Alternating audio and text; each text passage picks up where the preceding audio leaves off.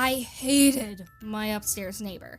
Everyone does, but if you don't, you can thank your building's flooring. Pretty much, the thicker the ceiling, the better.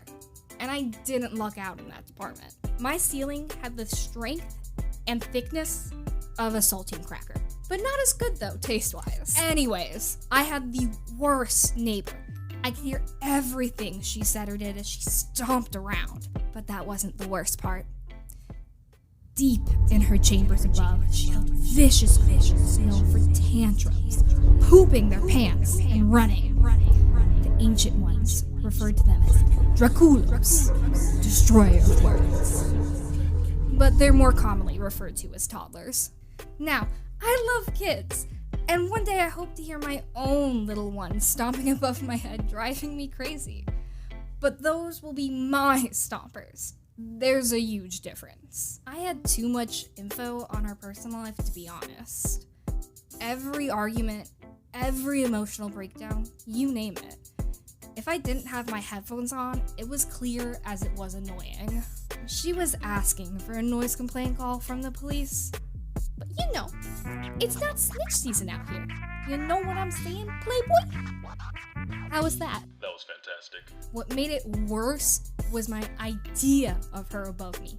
I had a very specific version of who this woman was. I imagined her old, wrinkly, disheveled, and angry with her unbathed children. And I kept thinking that way until the day I moved, which was actually to the townhomes right across the street, might I add. I remember I was so happy. I was leaving this hellhole I called a home to a peaceful land across the parking lot, which is great, by the way. Hashtag blessed. But when I was in the middle of moving, I finally, for the first time, saw this woman I so hated these past 6 months. And she wasn't what I thought at all. She was young, nice, and pretty. She even held the door open for me as I moved. In just that one instance, my whole perspective changed. She was no longer the woman I hated and wished would move or even lose her apartment. Instead, she was this single young mother raising her energized children by herself. She was someone who was unaware of the annoyance she caused below, as many upstairs neighbors are. In other words, I learned empathy.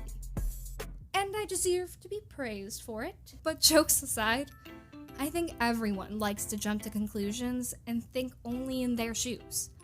But if we all just take a second and think outside our own personal boxes, we can make the world, if not better, just a little nicer of a place. Now, don't judge me for the anger I've displayed. I'm past it. Hashtag Zen. Be sure to check out my other videos if you like this one. I'm starting to post twice a week, every week. So go ahead and hit that subscribe button. Click. Eat some soup, guys.